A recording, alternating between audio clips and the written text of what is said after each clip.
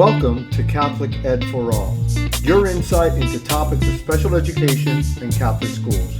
This is Dr. Raul Escarpio, and I invite you to join me as we learn how to be more inclusive in Catholic schools and continue to live out Pope St. John Paul II's message of open wide the doors to Christ. And now, on to our show. On the show today, I am joined by John Meehan, instructional coach at Bishop O'Connell High School in Arlington, Virginia. He is also an author, Spartan, Tough Mudder, and most importantly, a wrestling fan. Ooh, yeah. Why, hello, John. Welcome to the show, and thanks for being here. I am fired up. Thank you, Raul. I'm so excited to be here. Let's change the game together, brother. Amen. Can you please tell the audience a little bit about yourself? Sure. My name is John Meehan. I'm an instructional coach and a high school teacher at Bishop O'Connell High School in Arlington, Virginia. I am a diehard lifelong wrestling fan, but I have a master's degree in Shakespeare. So I have both ends of the entertainment spectrum covered. I teach English and I love getting students excited about learning. And what I find is if I can pull in tricks and tips from things that they're excited about, whether that's sports or drama, professional wrestling, or video games, whatever it is, if I could tap into that excitement, I can get students so ready to change the game that they'll jump through hoops of fire. So I'm really privileged and honored to be here today. And I wrote a book. It's called Adrenaline Rush, which we'll talk about maybe later on the podcast. Yes, we will. I knew you were good people. I still remember the final soliloquy of Macbeth when I was growing up. Hey, high school. That's fantastic. So don't make Talk me about a game changer. Don't make me go into tomorrow and tomorrow creeps in a steady pace. Well, I love it. I love it. Yeah. Macbeth is my all-time. It's my all-time favorite line in Shakespeare. Is there's a line from Macduff when he learns that his family has been killed, and he says, "What? My chickens, all my pretty ones, slain, dead." And they're like, "Yeah, go and dispute it like a man." Like they're firing him up to go fight. And he says, "I shall do so, but first I must feel it like one, or I must bear it like one." And it's like, oh.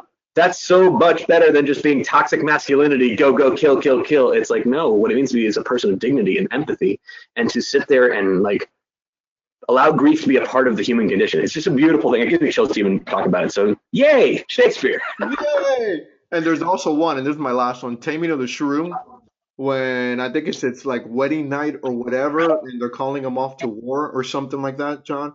And he has to, and his wife is really upset with him because we know Taming of the Shrew is kind of a comedy anyway. And she goes, "You have to decide between going off to war or staying with me tonight." And he just answers her, "Get my horse." Yes. I love it. I love it. Anyway, so what led you to becoming a teacher of people? Yeah, I say that on my instructional, bio. I say I'm a student and teacher of people, right? I like to think that we're using content to teach people. We're not focusing on just Shakespeare, because Shakespeare understands the human condition, and he does it so well. 400 years before I was even born, he gets this stuff.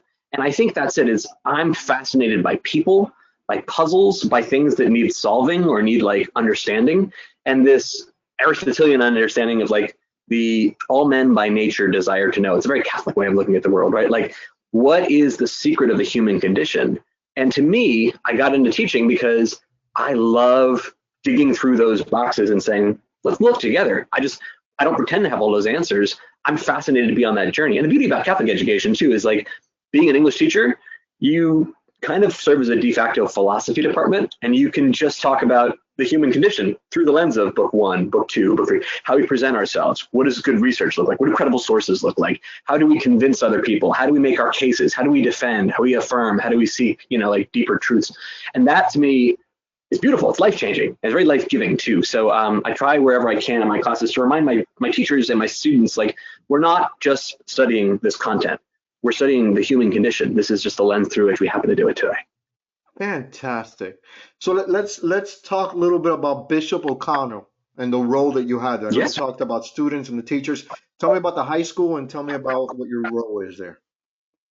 Yeah, so Bishop O'Connell High School is located in the Diocese of Arlington, Virginia, just outside of Washington, D.C. We have about 1,200 students and change, give or take, and we have about 100 teachers, 103, I think, by my last count.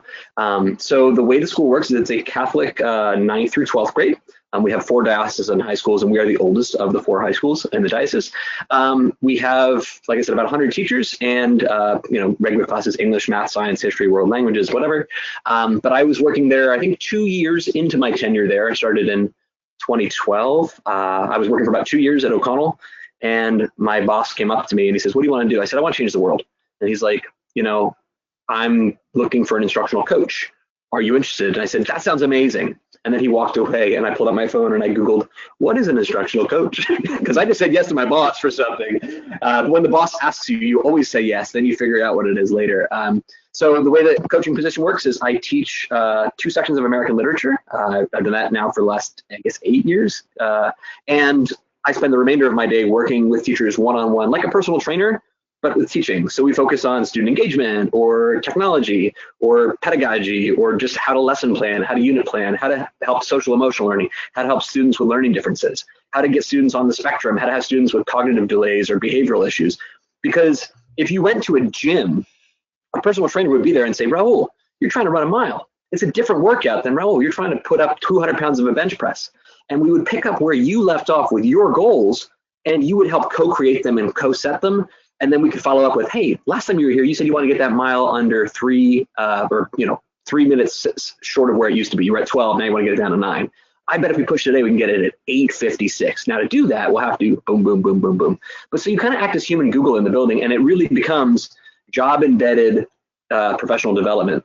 It's strictly observational, not evaluative, and it helps teachers focus on what they want to focus on in a confidential way where it says, "Hey, I'm just scared of this technology. Cool, I'm here with you. There's no judgment. I'm not running it up the flagpole." And I have a chance to work with, like I said, about 103 teachers. And then I have 2 sections of American literature. So I spend 2 periods with kids and then 6 periods a day with teachers.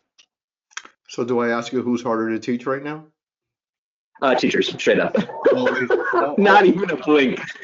Not even a blink. And you don't have to cut that part out because it's always teachers. And I said that to a teacher one time. I said, I've been told that teachers make the worst students. Yes. And then this person looked at me, crossed his arms, and he says, "I don't know if that's true." And I said, "And there you go. You're just doing it right there where I just told you." And you said, "I disagree." See? But yes, teachers for sure. And it's through no fault of their own because the game has changed in education. Right. Somewhere in the last 20 or 30 years, now every kid has a cell phone. And once the state capitals can be memorized by a Google search, I can use my internet as like a co-learner, and I can then say, well, then let's do that human thing that the internet can't do. Let's talk about empathy. Let's talk about creating. Let's talk about high-level taxonomy where you're doing things, where you're evaluating, you're making informed decisions, and you use the internet as like a digital prosthetic to help you get there.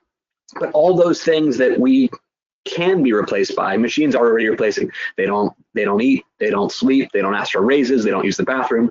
Machine learning does all that stuff, but it can't touch us in human dignity and human empathy and social justice and engagement and like recognizing the inherent value of every human person, and that human species is designed to be a collaborative social species. Man by nature is a social animal, right? So like giving people a space to say, if you desire to learn, we're here to learn with you. What do you care about? What are you excited about? What are you on fire for? And we really then can help them tap into that and change the world.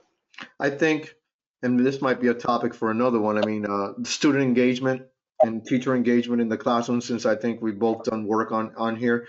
I just think it's a different field altogether. It used to be very teacher-centered, dispenser of information. Here, I call it the mama bird effect, John. That is basically. Yep. Oh, get it. The mama bird basically just, you're my little bird. Just open your mouth and let me regurgitate information, as gross as that sounds.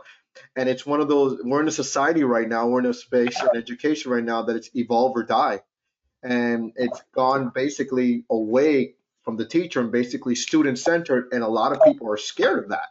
A lot of people that have been in the field before, Catholic schools and public schools or whatever, and they're saying, but this worked for me. And we're like, because of that technology, John, that you were just talking about, it doesn't work anymore. And you're like, well, I'm great at it. And we have to be okay with that. No. But it takes humility, and it takes like that idea of commitment to lifelong learning, like that growth mindset. It says, hey, I don't have all the answers, and that's totally okay. Yep. And I want you to know we're going to learn together. It's going to be messy. I'm going to build a little sandbox here. I'm going to give you a shovel, and I'm going to give you a bucket, and we're going to watch you build some really cool castles. So let's go. Let's get our hands dirty. But that's and then again, with no judgment to any teacher who's in that place and they're struggling right now, because we are building the plane as we fly it. I want to help, and I want to say that's what good coaches do, is say, okay, Well, we got beat last week. How can we get better today? Absolutely. And I know you're gonna flick sand at me for the beginning of it, and that's cool. After a while, we're Yep. gonna build together. All right. Uh, Yep. so John, tell us about this book, Adrenaline, and with the Yeah. long So title. So it's Adrenaline Rush. It's all like game-changing student engagement inspired by theme parks, mud runs, and escape rooms. So imagine like adrenaline, but instead of adrenaline rush with like an A adrenaline, this is Adrenaline Rush with an ED, like educational adrenaline. Because I was inspired by my time in Walt Disney World on these, I do Tough Mudders, Spartan races, marathons, and like these ideas of video games or escape rooms, right? We are paying people a lot of money to put ourselves in situations that make us freaked out or feel like stress or anxiety or fear. And we're gleefully handing over hundreds of dollars for the privilege of being in Mickey's, spin-arounds or upside downs, or in these escape rooms, or these outdoor races where you're crawling under barbed wire and things like that. There's something different about eustress, EU stress, right? EUSTRESS, which comes from the Greek eu, meaning like euphoria, happy stress, and then like distress, discord, right? The bad stuff. If we can tap into that difference, people will be very happy to experience that thrill of that roller coaster, that heart pounding adrenaline, because it makes them excited to say, hey, I conquered that. I did that. I throw my arms up like a champion. I want to do it again. So I tried in my book to talk about ways we can harness ideas from these places that are very stress inducing. And again, in my own life, I deal with anxiety and depression. Like I meet with a counselor, I do have a very, healthy prayer life and exercise life to help counterbalance these things that like distress is bad. It's part of my own lived experience. But there's that fun side of playing games is fun. Playing games don't have any lists of you have to be white or black or old or young to play. Games don't discriminate like that. They invite everyone to the table and say, welcome to this magical circle. Everyone here is on the same team. We're all fighting together, whether you are old or young, rich or poor, whether your learning differences are like pronounced. I'm dyslexic. I have ADD. Even when you talk to me, it's really hard to kind of pay attention on a thread sometimes. Like, I think it's good because games don't care how you learn. It wants to see what you can do. And if I can make my atmosphere in my classroom more playful, more engaging, students really will get so excited to say, I have no idea what we're doing here, but I'm all in for it. Fantastic. Fantastic. So we talked about you being a teacher of people. How does this help you? How does this help you teach students with learning differences? Oh, 100%. Well, like I said, I'm very privileged because when I'm not in the classroom, I lead professional development. And so I have a chance to talk to people of all stripes and stratas. In the same weekend, I was wall to wall. I was in Baltimore, Maryland, and in Portland, Oregon, within like a 12-hour stretch giving presentations. And one was at a game-based learning conference in Baltimore, which was great because it's like the really nerdy, geekiest of the geeky types. And then I flew to the Council for Exceptional Children's Conference for Exceptional Learners.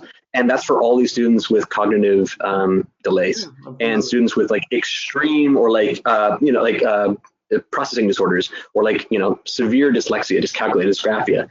And like what we're doing is, and I'll speak to students on the spectrum briefly, like games have very clear rules and feedback mechanics. Games are precision engineered to tell you right there on the spot, you either got it, congratulations, you can move on, or you haven't got it yet. But if you want to try again, give it a shot, give it a practice. And for our students, especially those who are on the spectrum, this is a very clear, it's not that Mr. Meehan's being mean to me. It's this game is hard, and this level is harder than the last level. That makes sense. Intrinsically, then, I am motivated to want to conquer this level because I did good in the last level. I believed in this endowed progress. I've seen myself get 2 or 3 or 4 right. I've leveled up to varsity. Okay, the game is responding to me, believing in me, and giving that feedback faster and quicker. So there's no judgment involved with it. It's, hey, you're playing against a harder enemy today. The game is hard, but the race is against your best. It's not against my best. So what can we do today to kind of bring our best to that field? And I love it because it's very democratic, lowercase d, to say this game, there's no Pokemon achievement gap, right? Black kids and white kids, old kids and young kids, they know the game and the rules of these, very complicated taxonomies. There's not like, only white kids from privilege understand which Pokemon turns into which Pokemon. There's an understanding that they memorized an entire periodic table because it was presented to them in a playful, engaging way. So if we can do the same thing in our classrooms, we can, there's no limit to what we can achieve. And they don't know they're learning at the same time. If we can game Nope, it's like, here comes the airplane. That's my best part of the job is like, I get the rap for being the fun teacher. I was like, you work so much harder in this class than you ever knew. And like, I kind of pride myself and I say to my students, your favorite class is the one that you like the most. Your best class is where you learn the most. If I do my job right, this class is going to be both of those things every single day. Amen. Amen to that. So you talked about it briefly, but tell me how your book helps these students. You talk about your students with autism. I'm a card carrying member of CEC, so it's a great conference, and I'm glad you were able to join and Awesome, be brother. there. But can you share a little bit more just about how your book is able to meet these needs? Because teachers will say, no, we can't do that with them. And I would Right. disagree and say, no, this is exactly what we need to do. So can you elaborate on that? I agree, sir.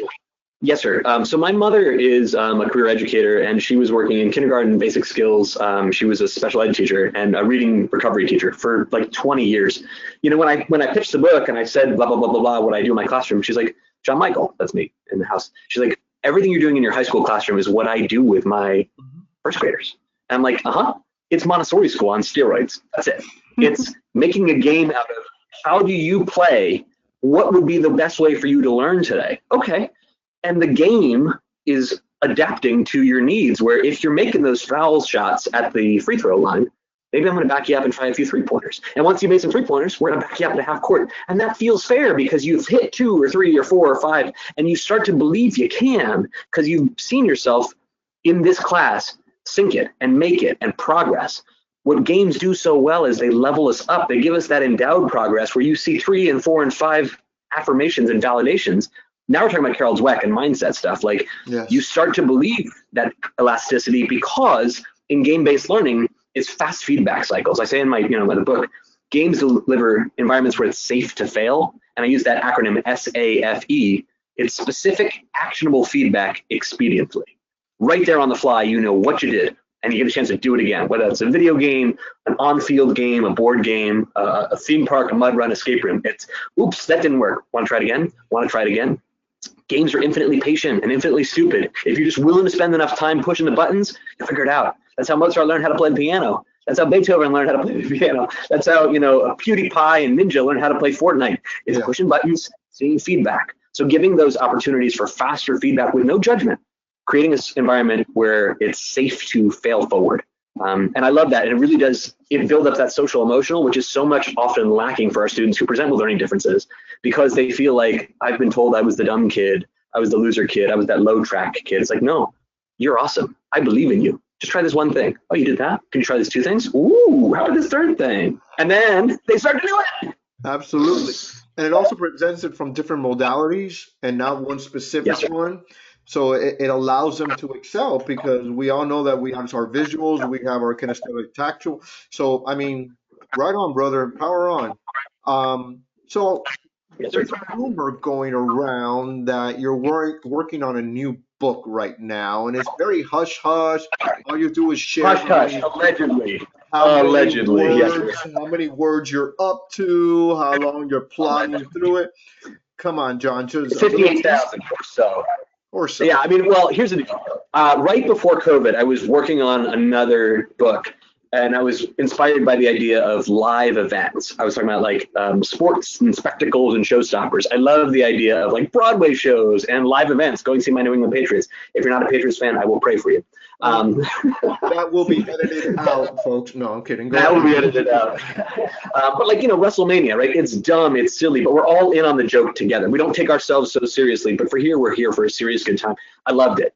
But leading into COVID, I was working on that as an idea, for a germ of an idea. But this loss of live event, this loss of live connection, made it feel like that's not the time or place for that book, because so much of what we're doing now is, how do I retain engagement and a spirit of fun, playful learning when there are no cheering crowds? Because the biggest star in pro wrestling isn't the guy in the ring, it's the crowd cheering for that guy. And it's the people who are not just the guys on the bench in that baseball game, it's that fantasy football where everyone's rooting for their guy and pulling for that. And like, so how do we shift our thinking? So I went into COVID with the idea of, it'll all be about live and event, high fives and shaking hands. Now I'm talking about how to harness that energy, even if you are not in a physical classroom. Now that's not like, so this is published in October of 2020, that's not gonna happen. I'm talking about like, as a lifelong learner, student engagement comes from intrinsic motivation. what is the science behind why someone pays top dollar to go to these live events, or for esports, or for these subscription services, whether they're on their Peloton or their Fitbits? What is the sports science behind why we do what we do, and what addicts us to wanting to do a better version of that? Because that's a lifelong pursuit to being our best selves. Fantastic, fantastic. Well, you got our prayers, brother, for that one. So we're hoping to Thank you, see man. that one soon. All right. So you and I could talk all day. Last question. Yes, sir. What should Catholic special education look like? You're a Catholic school teacher, you present at Catholic conferences. What should Catholic special education look like? I think that Catholic special education should be embedded and it should be invisible. And I think that's a really bold ask, but it tells everybody in our classroom they are treated as a person, and they're not treated as, okay, this is our place where we put in a silo or we ghettoize a different group of kids. It's like everyone is receiving an accommodation. Everyone on every given day should have that human-centered philosophy that we're affirming the dignity of the human person here. Every student will learn in different ways on different days, and that is 100% okay. We are not teaching content, we're teaching people. And if we're focusing on teaching people, really understand that the learner in our classroom may present with different learning needs on Wednesday than they did on Tuesday. That's not only okay, that's expected. And we have to have a pedagogy that's elastic. So much of what Catholic education does so well is like recognizes that inherent dignity of every human person, but doesn't bleed through into our pedagogy, and it should. That means that all of those things that we copy from the public school model just because reasons, tests and quizzes, you should be testing your kids every single day, and they shouldn't even realize it. It's that here comes the airplane where they're working so hard, and like when you beat level 7 of Mario Brothers, they don't give you a paper test that says, how did you beat level 7?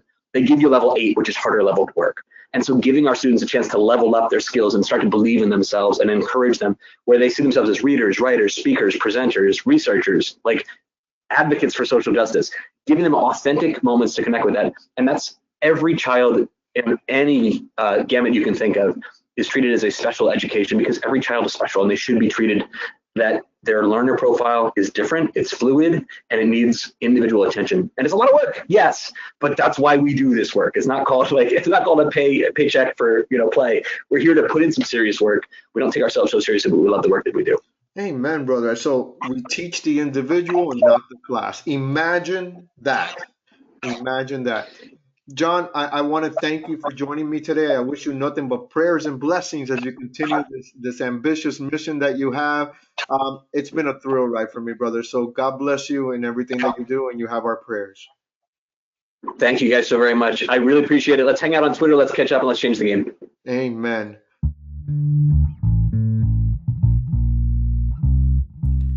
Well, that's it for this week. If you enjoyed the show, would you do me a favor and head over to iTunes, subscribe to Catholic Ed for All, and leave a review? Join me again next time as we continue to advance God's kingdom by including all of God's children in Catholic schools. Till then, this is Dr. Raul Escarpio for Catholic Ed for All. Thanks for listening, and may God bless you.